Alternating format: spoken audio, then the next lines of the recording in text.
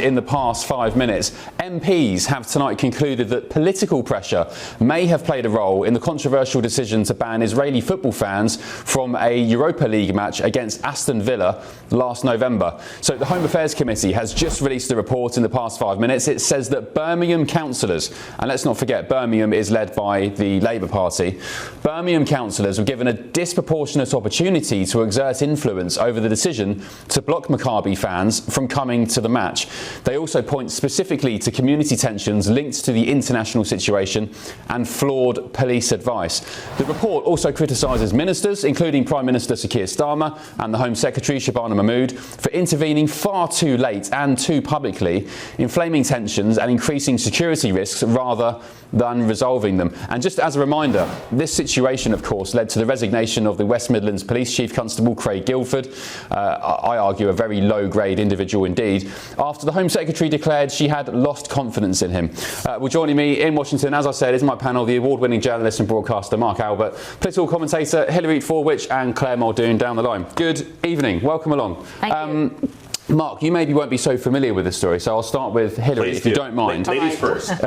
Hilary, so bombshell report just released. One is that the MPs on the committee cannot rule out that Birmingham councillors, let's just be honest here, Muslim councillors, put pressure on the authorities to get the fans banned. Secondly, and actually for me this is maybe even a bigger point, Keir Starmer and the government and the Home Office knew a week before this decision was announced that Maccabi fans would be banned. And yet, on the day it was announced, Starmer came out and said publicly on X, there's no room for anti-Semitism, this decision is a disgrace. So what happened there? So what I think is interesting about this is it actually is lovely when you can see what is behind someone's dishonesty, right? We've actually got it in black and white now, right? We actually have the facts, and I think that's going to be yet another nail in Sir Keir Starmer's fate. And also, in addition to the things you just mentioned, they're actually blaming AI, like Microsoft AI as well. They're saying that it was an AI tool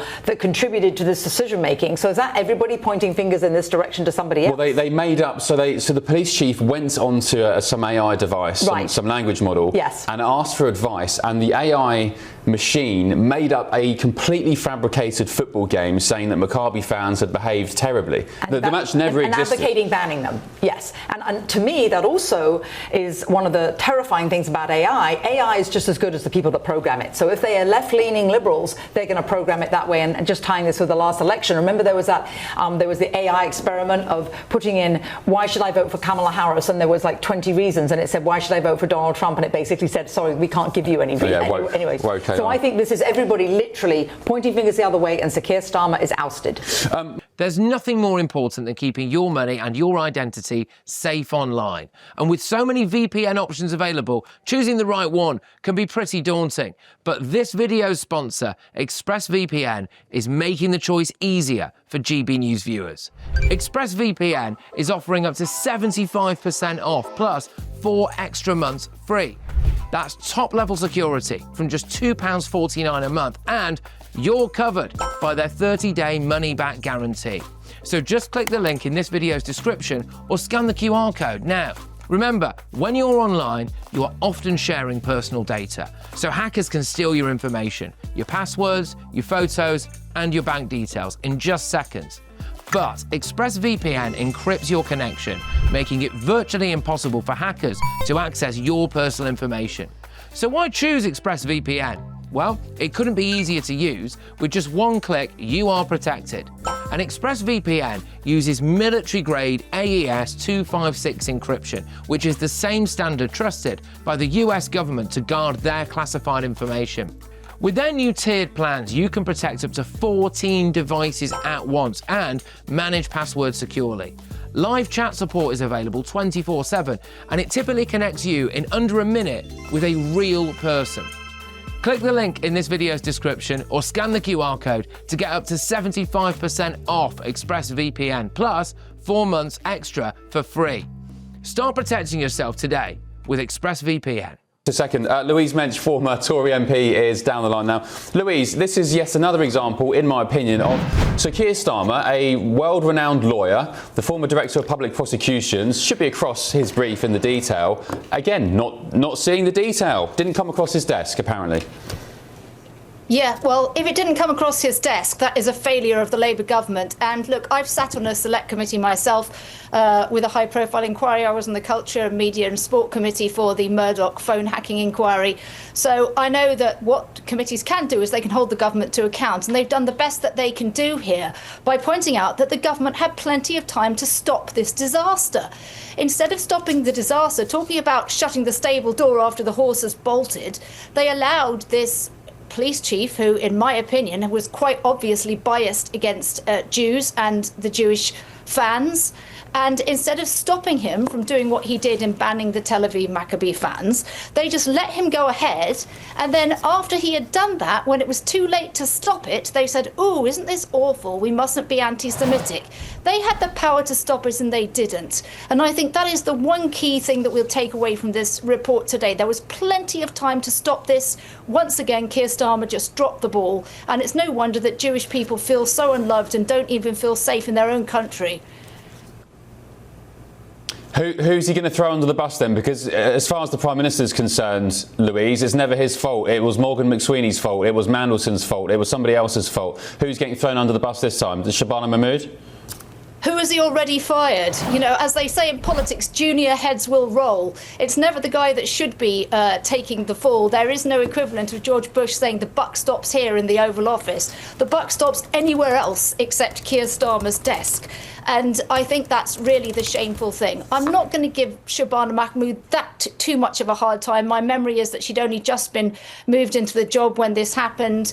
Perhaps she hadn't found her feet yet, but there's no such excuse for Keir Starmer. As you point out, he is not only a lawyer, but a former DPP. He must have known every single legal mechanism available to the government to stop this.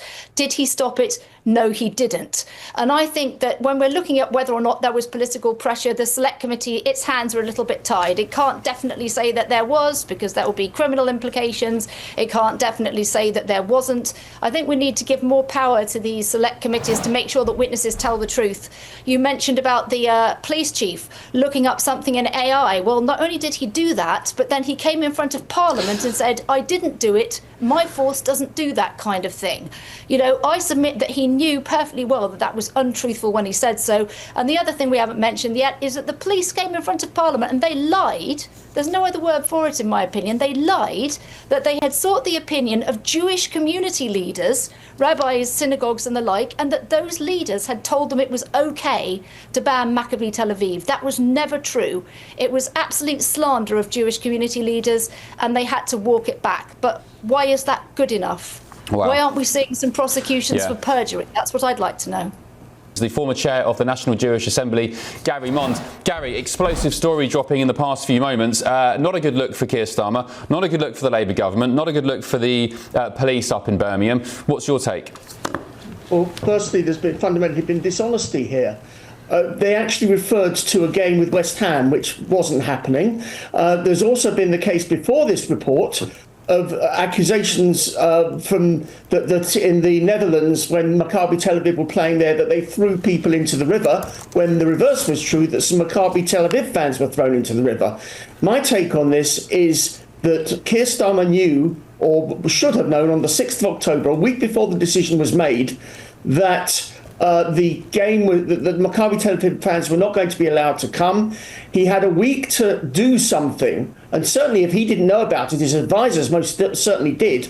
They had a week to do something before the announcement and actually get the decision not made to ban the Tel Aviv fans. In other words, to allow the Maccabi Tel Aviv fans to come, and he did not do it. It really makes the Jewish community feel that they are essentially being attacked by banning Israel fans and making it clear that just like in so many other areas of life, Jews are not welcome.